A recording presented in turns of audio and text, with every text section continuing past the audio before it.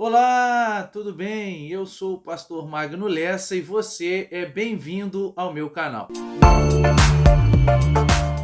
Nesta pré-aula, nós vamos estudar a lição de número 8, que tem por título A Importância da Paternidade na Vida dos Filhos. O texto áureo se encontra em Efésios, capítulo 6, versículo de número 4, que diz: E vós, pais, não provoqueis a ira a vossos filhos, mas criai-os na doutrina e admoestação do Senhor.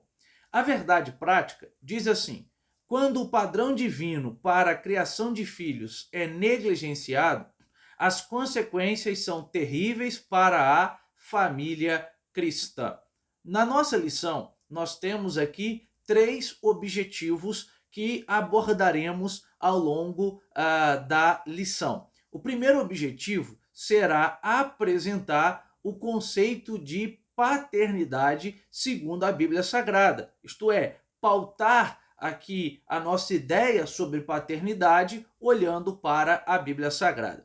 O segundo objetivo é apontar os tipos de paternidade que são prejudiciais para a família. E em terceiro e último lugar, nós vamos destacar a importância e o valor da paternidade responsável na formação espiritual e moral dos filhos. Muito bem, vamos então aqui junto comigo embarcar nesta belíssima lição. A palavra-chave da nossa lição é a palavra paternidade, pois toda a lição vai circular ao redor desta palavra. A título de introdução, Elianai Cabral diz assim, o pastor: nesta lição focaremos duas famílias que tiveram problemas na formação de seus filhos. Na família de Eli, seus filhos Ofni e Finéias, sob a conduta negligente de seu pai, tornaram-se profanos no exercício do sacerdócio. Isso fica muito claro quando nós lemos o capítulo 1, 2 e 3 do primeiro livro do profeta Samuel. Veremos que, de fato, Eli falhou, e isso ficará muito claro na atitude que os filhos dele tomarão diante das coisas de Deus, como eles lidam com as coisas de Deus, e em virtude disso que Deus vai escolher Samuel naquele momento. Nós também veremos a família de Samuel e seus filhos Joel e Abias, e como os filhos de Samuel, Joel e Abias, se tornaram avarentos e gananciosos, não tendo respeito pelo que representavam para Israel. Então, embora o profeta Samuel tenha visto a negligência e os erros de Eli, infelizmente, posteriormente, os filhos de Samuel também passarão por situações delicadas em relação ali à maneira com que eles se portarão, o que certamente pode ter sido motivo de tristeza para o profeta Samuel, já que veremos aqui a conduta avarenta e gananciosa dos filhos de Samuel. Então, a lição mostrará que os pais são responsáveis pela boa formação moral e espiritual dos filhos, antes da igreja local e das instituições educativas. Quando nós vamos analisar aqui à luz da sociologia, nós vamos perceber que a sociologia desenvolve a ideia daquilo que é chamado de processo de socialização. E a socialização, ela acontece inicialmente de maneira primária dentro de casa. Sendo assim, compete à família ensinar a criança, compete à família educar a criança, compete à família instruir a criança, porque será inicialmente dentro de casa que a criança vai aprender o que ela pode e o que ela não pode. Então a família, sociologicamente falando, é a primeira instituição social. E ali os direitos e deveres vão ser internalizados naquela criança. Geralmente, as outras instituições sociais, como o Estado ou como a igreja, vão ser diretamente afetados a partir da maneira com que os pais criaram os seus filhos. Então, se a criação ela é equivocada, ela não é boa, depois isso vai se refletir dentro da sociedade, isso vai se refletir dentro da escola, isso vai se refletir também dentro da igreja. Então, a família tem um papel importantíssimo nesse primeiro processo de socialização que a sociologia chama de contato social primário. Dito isso, vamos aqui agora ao nosso primeiro tópico, que diz a paternidade dentro da família. Então, a primeira família. Após a queda, o primeiro casal criado, a saber, Adão e Eva, inicialmente gerou 2 filhos, formando assim a primeira família. Fica muito claro quando nós lemos a Bíblia, ali no livro do Gênesis, que foi Deus quem criou a família. A família, ela foi instituída por Deus. Então ela faz parte dos planos de Deus. Família é bênção de Deus. Sendo assim, Deus cria Adão e Eva e a Bíblia diz então que eles cometerão a falha de desobedecerem a Deus. Em virtude da desobediência de Adão e Eva, eles serão expulsos do jardim. Então, no princípio da humanidade, a figura do pai definia-se propriamente como o líder dentro do lar. Aquele que era responsável por prover alimento e cuidar da segurança de sua família. Nas sociedades antigas, cabia ao homem da casa, isto é, cabia ao pai, o papel de ser o provedor da família. Então, basicamente funcionava da seguinte maneira: a mãe, isto é, a mulher, ela cuidava dos afazeres domésticos, dos serviços internos dentro de casa. O marido, o pai, portanto, ele saía para prover o alimento para a sua casa. Então ele saía para caçar, ele saía para pescar, por exemplo, saía para realizar a sua atividade, o seu trabalho, e assim então ele era o provedor daquela casa. Competia então ao homem não só prover as necessidades físicas, o alimento, mas também prover o cuidado da família e a sua proteção e a sua segurança. A mulher, portanto, ela era vista nas sociedades antigas como a auxiliadora, como a ajudadora, ok? Bom, continua aqui o pastor Leonardo Cabral. Então, no caso de alguns sacerdotes, o exercício sacerdotal passava a ser mais importante do que a criação dos filhos. E isso foi um problema que Eli cometeu e também foi um erro que Samuel cometeu. Eles acabaram colocando o serviço sacerdotal, o serviço vinculado ao templo, que naquele momento era o tabernáculo ainda, que ficou estabelecido ali na cidade de Siló, na frente da criação dos seus filhos e do cuidado aos seus filhos. A Bíblia nos deixa, por clareza, muito diretamente, a ideia de que a família ela precisa ser amparada inicialmente. O homem que não governa bem a sua casa, como ele vai governar a igreja? Então, Paulo, por exemplo, quando ele instrui a Timóteo, ele deixa isso muito claro, falando dos deveres do homem ali na condução da sua família, na instrução da sua casa e da sua família. A gente tem que tomar o cuidado de não colocar o serviço que realizamos no templo na frente da família, porque a família, para pastores aqui, é a nossa primeira igreja, é ali a nossa primeira igreja. E as pessoas na igreja depois verão a nossa casa, verão a nossa família, estarão observando a nossa casa e a nossa família. Então, Eli e Samuel, a despeito da vida ilibada que eles tiveram perante Deus, perante o povo, eles foram completamente displicentes quanto à sua própria família, principalmente em relação aos seus filhos, melhor dizendo. E aí é exatamente o que a gente verá que acontecerá na família de Eli, quando seus filhos Ofni e Finés acabam profanando as coisas de Deus. E depois Samuel também vai sofrer isso na pele, quando Joel e Abias acabam se tornando avarentos e gananciosos. Então, eles lideraram, no caso de Samuel, muito bem. Samuel foi um grande profeta, Samuel foi um grande juiz, Samuel, indiscutivelmente, foi um grande homem de Deus, mas Samuel falhou na criação dos seus filhos.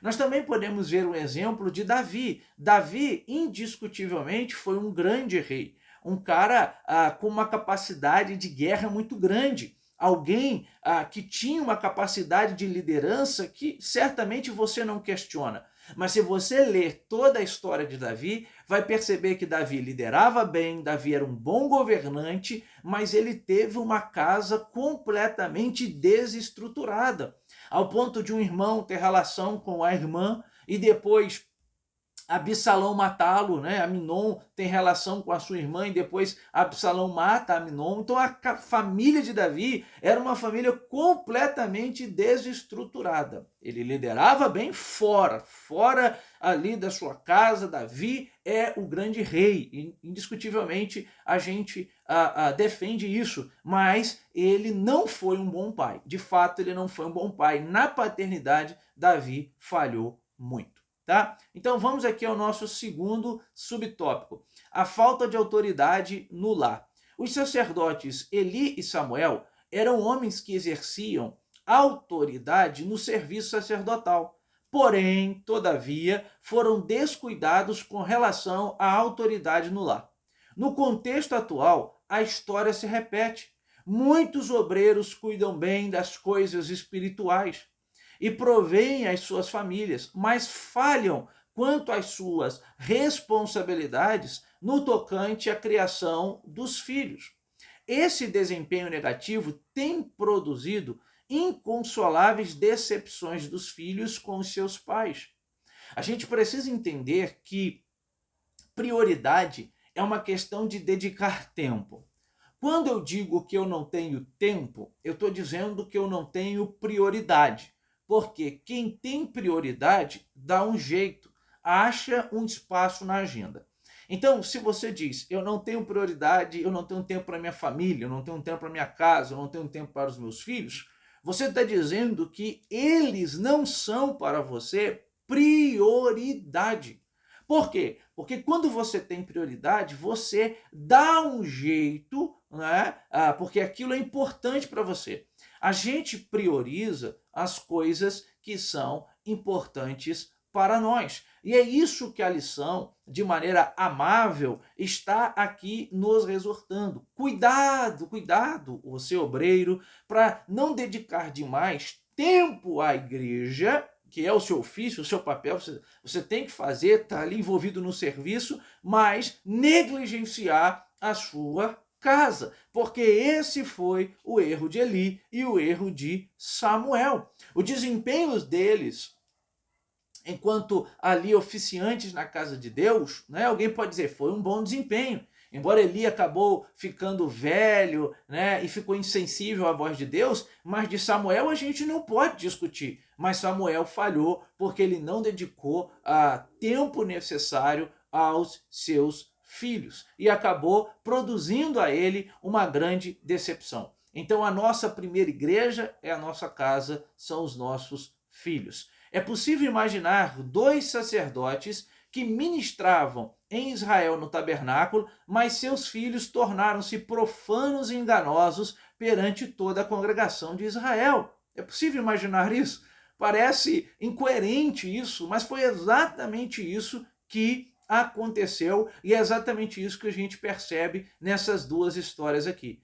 Infelizmente, somente seus pais não percebiam que seus filhos apresentavam problemas de ordem espiritual e moral. Por exemplo, no caso de Eli, ele não conseguiu perceber a falha dos seus filhos. Foi preciso Deus falar com Samuel, enquanto Samuel ainda era criança, para alertar e exortar ali Eli em relação aos seus filhos.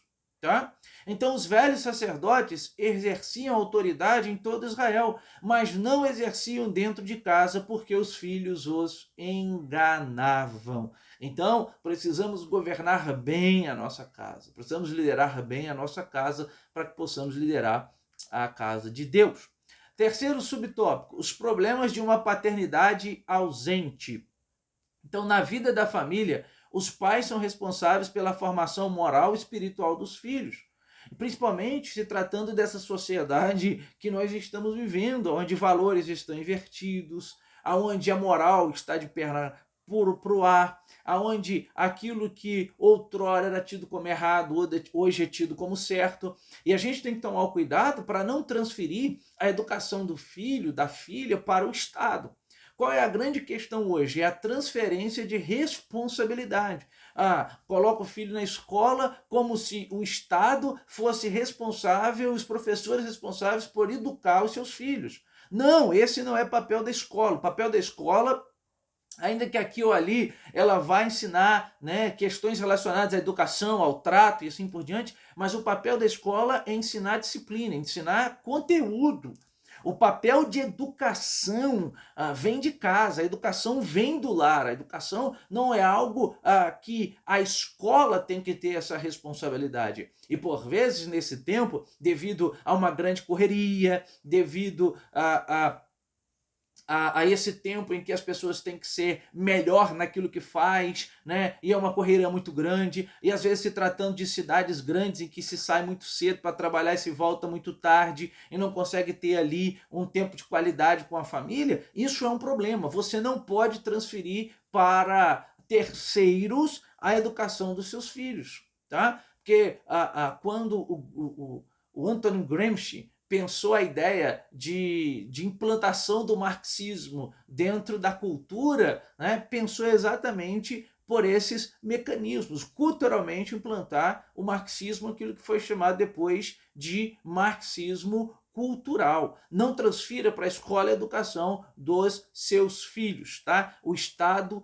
não está aí para educar o seu filho, o Estado está aí para ensinar, né, disciplinas, a escola está aí para isso. Não deixe na mão do Estado, não, porque depois lá na frente você vai reclamar, tá? Então abra o olho, vigia, ande muito perto do seu filho, vê o que ele está estudando ali na sala de aula, tá bom? Para que assim a gente forme pessoas, homens e mulheres, servos e servas de Deus. Então, especialistas atestam que a presença da figura paterna é muito importante para o desenvolvimento do indivíduo. Estudos atuais têm pensado a finalidade e o papel do pai na desenvolvimento do filho.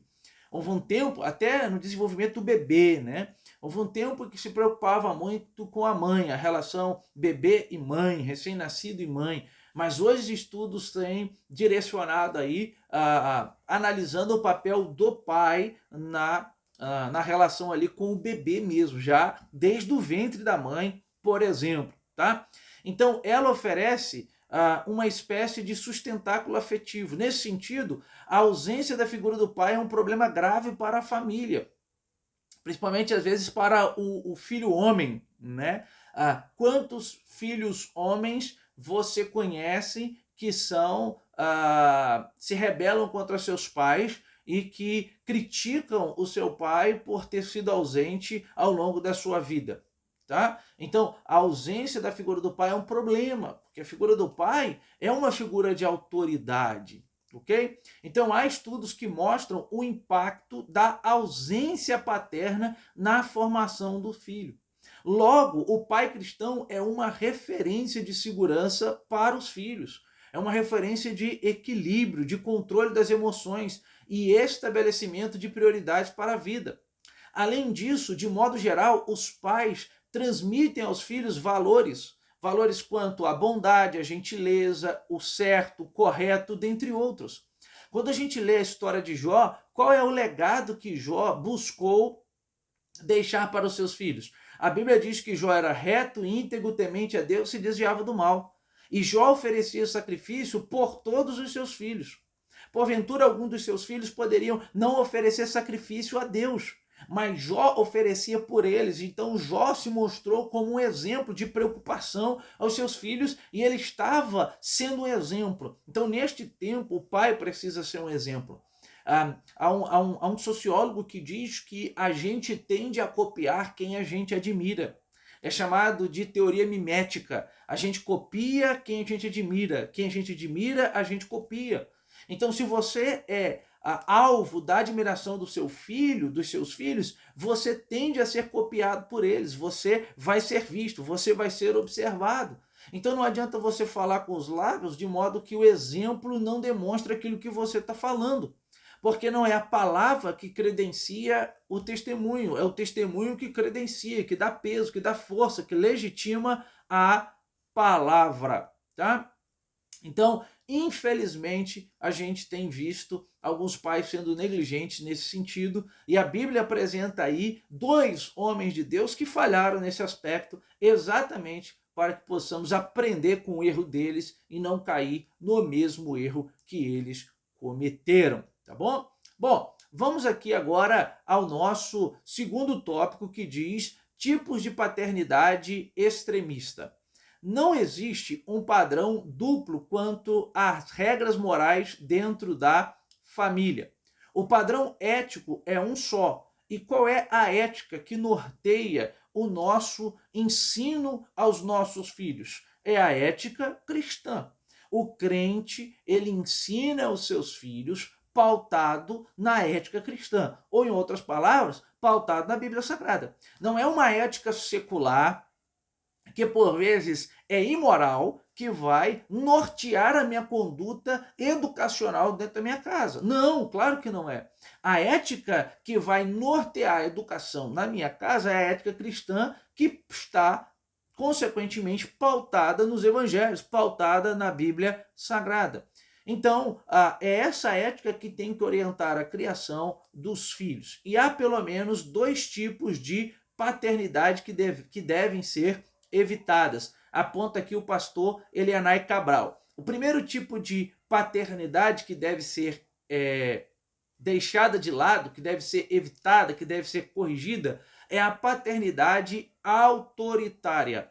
O pai autoritário trata os filhos como se fossem elementos neutros, sem sentimentos, sem memória e sem vontade. É exatamente essa crítica que Paulo vai fazer na carta aos Efésios. Pais, não incitem a ira aos vossos filhos. Então tem que se tomar cuidado, né? Eu sei que às vezes o seu pai, né, pode ter sido aquele homem duro, aquele homem fechado, né, incisivo e por vezes autoritário, mas você não precisa ser ou desenvolver essa paternidade autoritária com os seus filhos. Cabe a você entender que eles têm sentimentos, são seres humanos igual a você. Então, um caminho bom nesse sentido é o caminho da aproximação, é o caminho do afeto, é o caminho do diálogo. Então, diga para seus filhos o quanto você se importa com eles, diga o quanto você ama. Por vezes a gente só dá valor depois que perde. Esse é o problema do ser humano. Enquanto tem, enquanto possui, cruza os braços, não se importa, não liga, mas geralmente a gente tende a dar valor, infelizmente, depois que perde, e aí depois que perdeu é tarde demais. Então, cabe aqui um alerta. Cuidado com a paternidade autoritária, que não para ouvir, que não pede conselho, que não pede ajuda, que faz tudo do jeito que acha que é e que às vezes não está sendo muito bom. Às vezes você faz uma adaptação aqui, mexe um pouquinho ali e você melhora o seu relacionamento aí com os seus filhos, tá bom? Então esse tipo de autoridade, de imposição, sabe apenas manipular filhos e exigir deles comportamento forçado. Os filhos obedecem por medo, culpa, remorso ou rancor, tá? O zelo extremo de certos pais os tem feito perder seus filhos, que se desviam. Infelizmente, alguns nunca mais voltam à igreja e, consequentemente, desviam-se da presença do Senhor. E aqui eu poderia falar para os filhos dos obreiros, porque, às vezes, os filhos dos obreiros são muito cobrados. O filho do pastor, o filho do dirigente de congregação, a igreja cobra muito deles, né? Então, se eles falharem, por mínimo que seja falha, por mínima que seja falha, alguém aponta o dedo, alguém critica, alguém fala mal. Então, tenha cuidado com isso, para que você não frustre, né? No sentido de fiquem decepcionados ali com a igreja, porque a gente vê que às vezes, infelizmente acontece, filhos de obreiros se desviam e nunca mais voltam para a igreja. Tenha sensibilidade de ouvir o seu filho, de ouvir a sua filha, de saber o que está acontecendo com ele, de saber o que está acontecendo com ela. Se torne, de fato, o melhor amigo do seu filho e a melhor amiga da sua filha, tá? Ou o melhor amigo da sua filha. Esses pais precisam ouvir e praticar a palavra de Deus, que diz assim, Efésios 6, versículo 4, e vós, pais, não provoqueis, não inciteis a ira a vossos filhos, tá? Bom, segundo subtópico de paternidade que a gente deve deixar de lado, que deve ser evitada, deve ser corrigida, é a paternidade permissiva.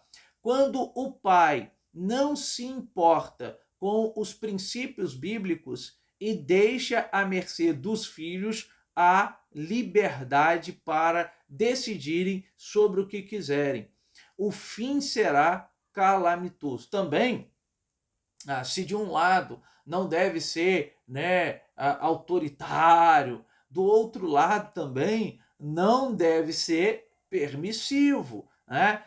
Cabe aqui um equilíbrio, e o equilíbrio é saudável, o equilíbrio é importante. Na verdade, em tudo o equilíbrio é importante. Não adianta ser extremo de um lado ou extremo de outro lado, autoritário de um lado e permissivo do outro lado, porque senão você também vai produzir aí um caos dentro da sua casa.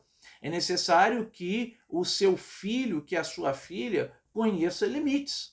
É necessário que ele respeite esses limites, que ela respeite esses limites e que você deixe muito claro até onde ele pode ir e até onde ela pode ir. Não pode ser alguém permissivo, tem que ter limites. Então essa paternidade ou até a maternidade também permissiva é um tipo de tolerância sem freio, que induz a criança até a imaginar que seus pais não a amam. Não é? É permissivo demais, permite tudo, e aí a criança pensa o seguinte: papai não me ama porque não se preocupa comigo. Escute isso daqui: dizer não é amar. Dizer não é amar. Corrigir também é amar. O que a Bíblia Sagrada diz em relação a Deus? Que Deus corrige a quem ama. Então Deus corrige eu e você, que somos filhos dele, porque Deus nos ama. É porque Deus nos ama que ele vai dizer não. É porque Deus nos ama que ele sabe que se caminharmos por determinados caminhos, aquilo vai nos fazer mal, aquilo vai nos levar à queda, aquilo vai nos fazer perecer, aquilo pode nos conduzir à morte. E Deus diz não. Dizer não é o pressuposto de amar. Não adianta você ver seu filho indo para o buraco e você cruza os braços e não faz nada. Né? Então, assim como Deus corrige a mim e a você, que somos filhos dele, porque Deus nos ama, compete aos pais também corrigir os seus filhos e estabelecer de maneira muito clara limites. Né? Uma vez eu estava numa aula de psicologia e a professora estava ensinando, né? Não é muros, não são muros, são limites, né? Porque às vezes o muro ali, né? Vamos ver o que há do outro lado, mas limites é saber, olha, até aqui você pode ir. O lado de lá tem isso, tem isso, tem isso, tem isso. Não precisa esconder o que tem do outro lado. E você pode ir apenas até aqui, tá? Isso é colocar limites. Diz Elianai Cabral: o pai permissivo é aquele que entende que os filhos devem tê-los como exemplo, mas não os corrige quando cometem erros e nem os aconselha quando se decepciona com situações mais complexas da vida. Foi o erro de Davi. Davi era para ter chamado Absalão, Davi era para ter corrigido Absalão, Eli era para ter chamado Ofni e Finéias, Samuel era para ter chamado seus filhos e ter corrigido os seus filhos, mas preferiu ficar de braços por braços, e aí nós vemos os seus filhos se perdendo. O sábio Salomão adverte-nos: visto como se não executa logo juízo sobre a má obra, por isso o coração dos filhos dos homens está inteiramente disposto para praticar o mal. Talvez se você tivesse corrigido lá atrás, quando era para ter corrigido, quando era para ter deixado muito claro que errou, não estaria enfrentando essa situação hoje. Talvez a omissão de anos atrás produziu problemas atuais. Então, não seja omisso, não seja omisso. Os dois tipos de paternidade são negativos e prejudiciais ao bem-estar da família. A falta de uma paternidade segura, presente e responsável produz uma família infelizmente infeliz, tá? Vamos aqui então ao nosso terceiro subtópico. Eli criou filhos que se tornaram profanos, infelizmente. O texto bíblico diz: eram, porém, os filhos de Eli, filhos de Belial. Olha só que informação dura aqui. A palavra Belial é um termo um pouco obscuro, mas o hebraico, cujo prefixo bel ali e o sufixo ial podem significar sem proveito, imprestável, inútil. Olha só que informação. Seria que os filhos de Eli eram imprestáveis, eram sem proveito, eram inúteis. Pode também significar perversão ou ser pervertido. Filhos de Belial falando, olha, eles eram pessoas pervertidas, estavam afundados no pecado. E os filhos de Eli foram homens pervertidos e irreverentes. A Bíblia diz que na hora do sacrifício eles tomavam para si a parte que pertencia apenas a Deus. Eles não respeitavam as coisas sagradas, eles não respeitavam aquilo que estava no tabernáculo de Deus, eles não respeitavam as coisas de Deus. É lamentável um pai que tinha uma posição especial, uma posição de destaque, porque ele era sacerdote, mas ele não conseguiu caminhar ali, encaminhar os seus filhos para que eles pudessem ser tementes, reverentes e obedientes a Deus. E aí nós vemos o caos na família de Eli, nós vemos o caos que o povo de Israel estava passando durante o momento em que Eli ali era aquele que era o sacerdote naquele momento. Tá bom? Então vamos aprender com os erros destes homens para a gente não cair nos mesmos erros. Vamos então ao nosso terceiro tópico, que diz o fracasso de dois pais relapsos com os filhos, omissão para com os filhos. O texto de 1 Samuel capítulo 2, versículo 12 diz: eram, porém, os filhos de Eli, filhos de Belial, e não conheciam ao Senhor. Imaginem um homem dedicado ao ministério sacerdotal por mais de 40 anos, que tinha uma família constituída de pelo menos 2 filhos, os quais, convivendo com os trabalhos sacerdotais do pai, não conheciam ao Senhor. Que tragédia é essa? Como Eli falhou.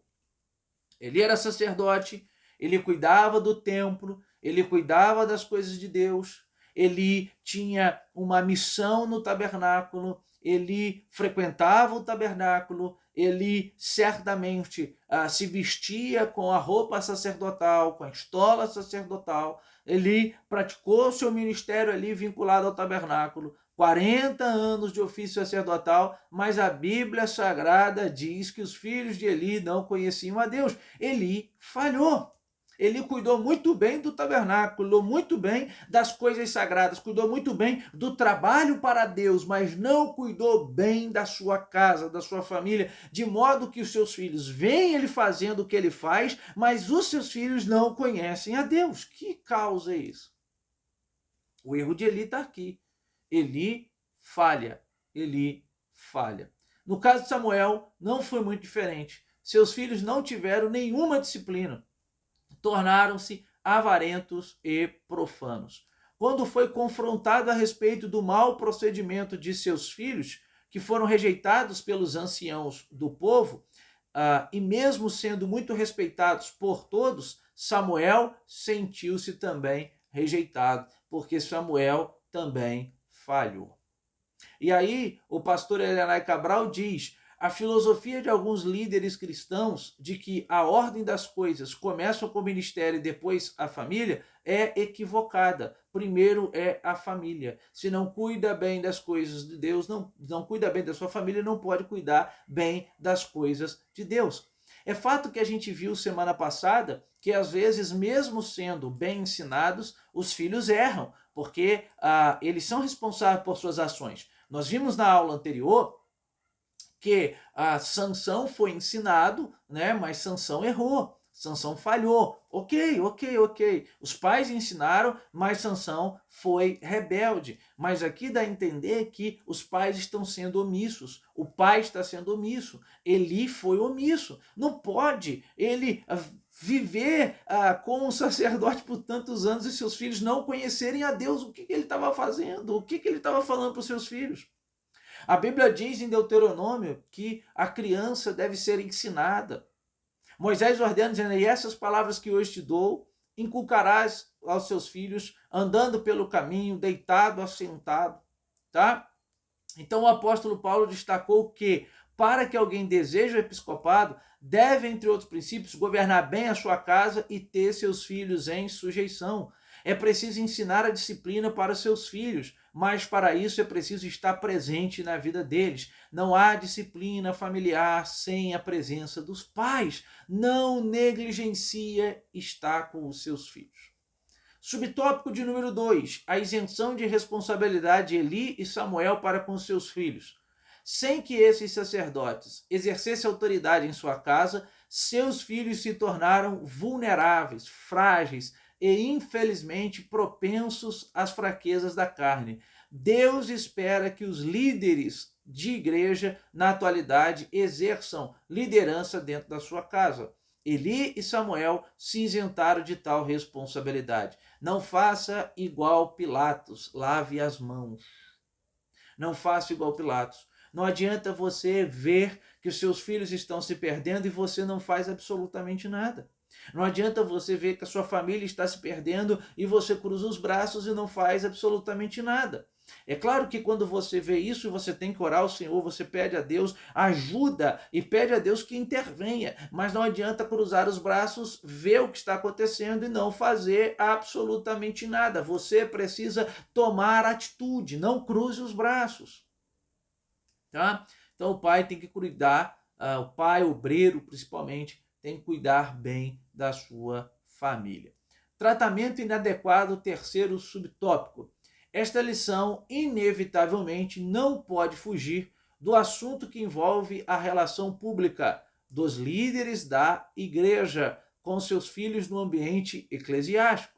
Não se pode esperar que os filhos de líderes sejam punidos ou beneficiados por causa de sua filiação. Não é porque é filho do pastor que tem que ser punido, vai ser punido no rigor do erro que ele cometeu, mas é filho do pastor, isso aumenta a gravidade do erro. Não é assim que funciona. Cuidado, não se fica colocando cargos, uma carga pesada sobre os filhos do pastor, né? Que não pode ser. Há uma pressão natural com a família do pastor por causa da natureza pública de sua função. Entretanto, seus filhos, antes de tudo, são filhos como outros filhos.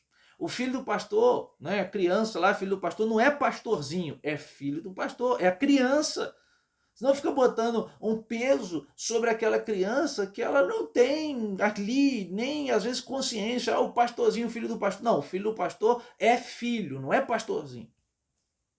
Às vezes o filho do pastor não vai ser pastor, vai ser advogado, engenheiro, médico, sei lá, não vai ser pastor, tá? Então, não coloca esse peso. Infelizmente, quando não se tem um tratamento sábio com os filhos dos obreiros, alguns problemas podem surgir, pois muitos deles se revoltam, rebelam-se e não se submetem à liderança como forma de rejeição a esse tratamento. O modelo bíblico de tratamento adequado passa pelo respeito e pela admoestação. Amém? Glória a Deus. Então vamos aqui à nossa conclusão. Os pais são exortados a ensinar os filhos, conversando com eles e orientando-os para a vida. O líder que tem consciência de seu ministério começa na sua casa. Seu ministério começa dentro de casa, começa com a sua família, começa com os seus filhos, com uma relação de respeito, com uma relação de honestidade, com uma relação de retidão. Se o obreiro faz isso, ele colherá bons frutos. Os extremos precisam ser evitados e os filhos precisam da repreensão que deve ser feita, mas ser feita com amor, com carinho e também com cuidado. Deus espera que os pais estejam presentes na formação de seus filhos. Amém? Muito bem. Então, que Deus possa te abençoar. Chegamos ao final de mais uma importante lição. Me ajude compartilhando esse vídeo, se inscrevendo no nosso canal e curtindo, para que assim o YouTube entenda que o vídeo é relevante e indique ele para mais pessoas. Tá bom? Que Deus te abençoe e até a nossa próxima aula.